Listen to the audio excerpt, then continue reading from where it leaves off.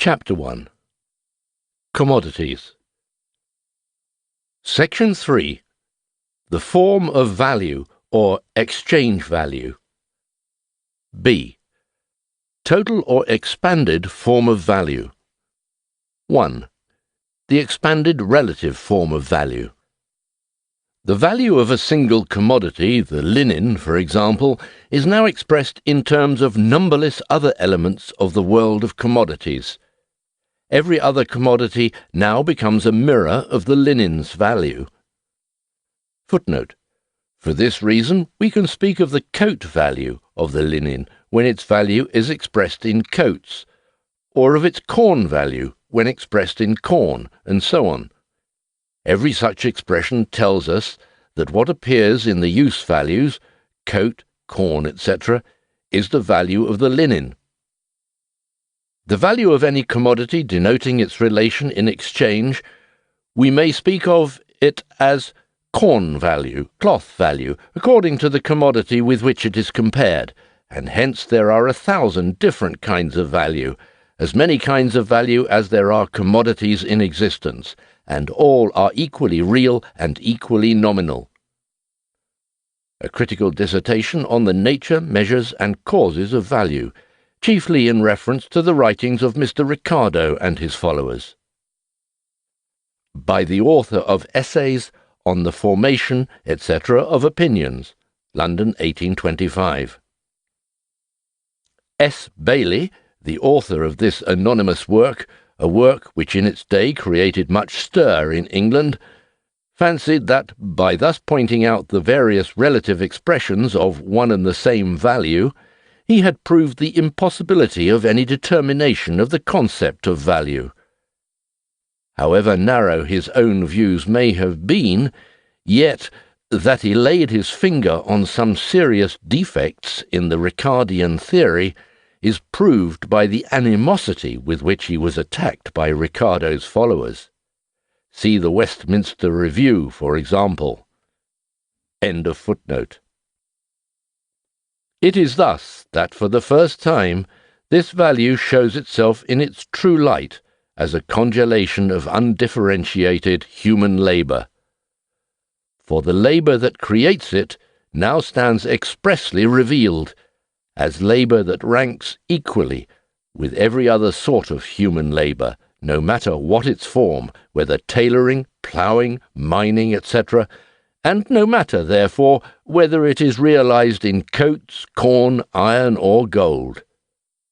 The linen, by virtue of the form of its value, now stands in a social relation, no longer with only one other kind of commodity, but with the whole world of commodities. As a commodity, it is a citizen of that world. At the same time, the interminable series of value equations implies that as regards the value of a commodity, it is a matter of indifference under what particular form or kind of use value it appears. In the first form, 20 yards of linen equals 1 coat. It might, for aught that otherwise appears, be pure accident that these two commodities are exchangeable in definite quantities. In the second form, on the contrary, we perceive at once the background that determines and is essentially different from this accidental appearance.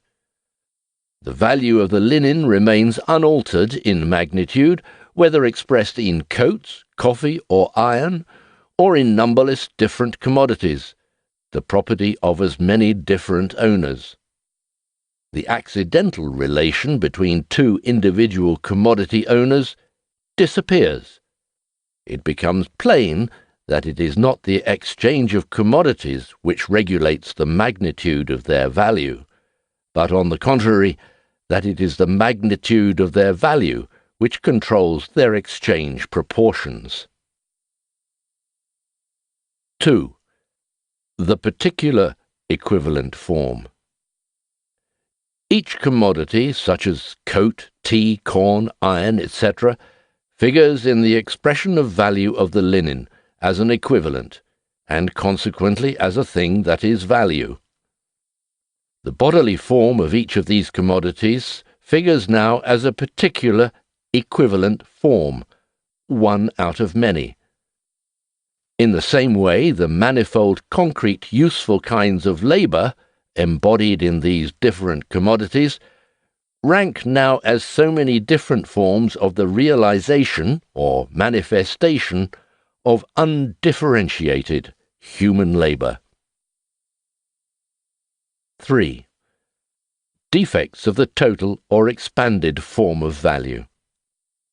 In the first place, the relative expression of value is incomplete because the series representing it is interminable. The chain of which each equation of value is a link is liable at any moment to be lengthened by each new kind of commodity that comes into existence and furnishes the material for a fresh expression of value. In the second place, it is a many-coloured mosaic of disparate and independent expressions of value. And lastly, if, as must be the case, the relative value of each commodity in turn becomes expressed in this expanded form, we get for each of them a relative value form, different in every case, and consisting of an interminable series of expressions of value. The defects of the expanded relative value form are reflected in the corresponding equivalent form. Since the bodily form of each single commodity is one particular equivalent form amongst numberless others, we have, on the whole, nothing but fragmentary equivalent forms, each excluding the others. In the same way also, the special, concrete, useful kind of labour embodied in each particular equivalent is presented only as a particular kind of labour, and therefore not as an exhaustive representative of human labour generally. The latter, indeed, gains adequate manifestation in the totality of its manifold, particular, concrete forms. But in that case, its expression in an infinite series is ever incomplete and deficient in unity. The expanded relative form is, however, nothing but the sum of the elementary relative expressions or equations of the first kind, such as 20 yards of linen equals 1 coat, 20 yards of linen equals 10 pounds of tea, etc. Each of these implies the corresponding inverted equation. 1 coat equals 20 yards of linen, 10 pounds of tea equals 20 yards of linen, etc. In fact, when a person exchanges his linen for many other commodities, and thus expresses its value in a series of other commodities, it necessarily follows that the various owners of the latter exchange them for the linen, and consequently express the value of their various commodities in one and the same third commodity, the linen.